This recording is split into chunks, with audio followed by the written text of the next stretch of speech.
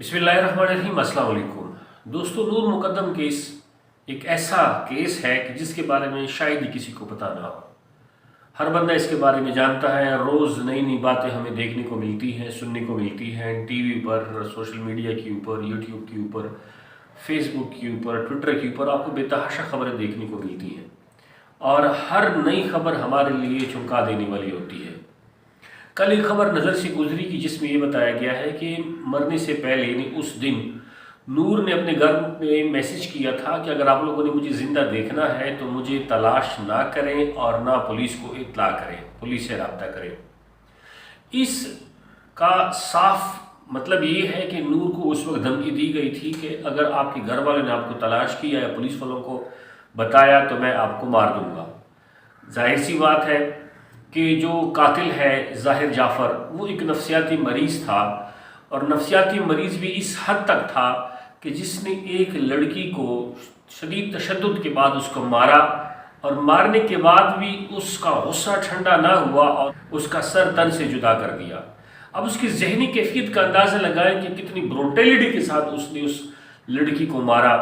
انسانیت شرما جاتی ہے، انسان کے رونگٹے کھڑے ہو جاتے ہیں کہ ایک انسان اتنا بھی سفاک ہو سکتا ہے۔ اب وہ پورا دن اس کے گھر میں رہی، پورا دن وہ کس ٹارچر سے گزری ہوگی یہ اللہ جانتا ہے۔ لیکن اس کیس میں آپ دیکھیں تو کئی طرف سے آپ کو بے حسی نظر آتی ہے۔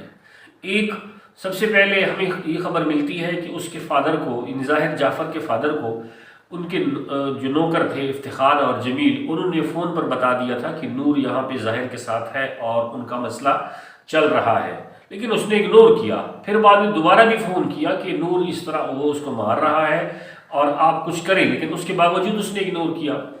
یہ پہلے بے حسی جو تھی ظاہر جعفر کے باپ کی طرف سے تھی۔ دوسری بے حسی آپ جمیل اور افتخار جو ان کے خانسامہ اور چوکیدار ہیں ان کی طرف سے آپ دیکھ لیں کہ وہ چاہتے تو پولیس کو خود اطلاع کر دیتے، تو ان کی طرف سے بے حسی۔ پھر نور کے دوستوں اور ظاہر کے دوستوں کو بھی پتا تھا، انہوں نے بھی پولیس کو اطلاع نہیں کی، تو یہ ہر طرف سے آپ کو بے حسی دیکھنے کو مل رہی ہے۔ پھر اس کے بعد اگر نور نے یہ میسج کر دیا تھا اپنے گھر والوں کو، حالانکہ اس سے پہلے خبر یہ آ رہی تھی کہ نور کا فون بند آ رہا تھا اور جب آن ہوا تو اس نے بتایا کہ میں لاہور میں ہوں۔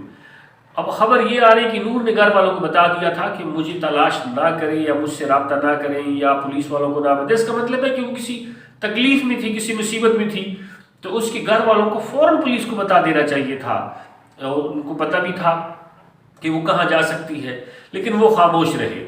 اور اس سے پہلے بھی نور کے اوپر ٹارچر ہوتا رہا، اس کو وہ مارتا بھی تھا، اس کو تھپڑ بھی مارتا تھا، اس کو گالیاں بھی دیتا تھا، یہ بھی سب کو پتا تھا۔ لیکن نور کے والدین شاید اس وجہ سے خاموش رہے کہ جعفر فیملی کے ساتھ ان کے بڑے اچھے تعلقات تھے۔ نور کی تشدد کو انہوں نے اس حوالے سے بھی اگنور کیا کہ چلو وہ بچے ہیں، آپس میں لڑ جھگڑ لیتے ہیں، ہم آپس میں تعلقات خراب نہیں ہونے چاہیے۔ اب تفتیش میں بھی دیکھیں کہ ملزم جو ہے وہ اپنے آپ کو بچانے کی کوشش کر رہا ہے۔ ایک جگہ اس نے اسٹیٹمنٹ یہ دیا کہ نور میرے ساتھ چیٹ کر رہی تھی، اس لیے میں نے اسے غصے میں آ کے مار دیا۔ دوسری جگہ بھی وہ بتا رہا تھا کہ میں 19 جولائی کو امریکہ واپس جا رہا تھا تو اس نے میرا پاسپورٹ چھین لیا اور مجھے واپس نہیں جانے دے رہی تھی۔ اس کا مقصد یہ ہے کہ وہ پولیس کو مختلف بیانات دے کر پولیس کو الجھا رہا ہے۔ اس وجہ سے پرسوں اس کا پولیگرافک ٹیسٹ بھی کیا گیا۔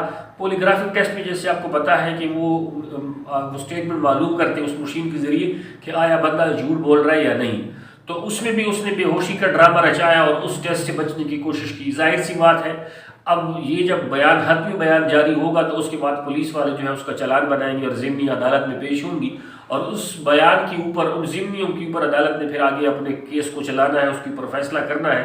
تو ملزم ہیلے بہانے کر کے کسی طرح اپنے آپ کو بچانے کی کوشش کر رہا ہے، لیکن میرے خیال میں اس قسم کی ذہنی مریضوں کو بالکل بھی، ان کے والدین کو بھی نہیں چاہیے کہ ان کو بچائیں، اور یہ کڑی سے کڑی سزا کا مستحق ہے اور اس کو ملنی چاہیے۔ اس کیس میں مزید اگر میرے پاس کوئی اپڈیٹ آتی ہے تو انشاءاللہ میں مزید آپ کو اپڈیٹ کروں گا۔ تب تک کے لیے اللہ حافظ۔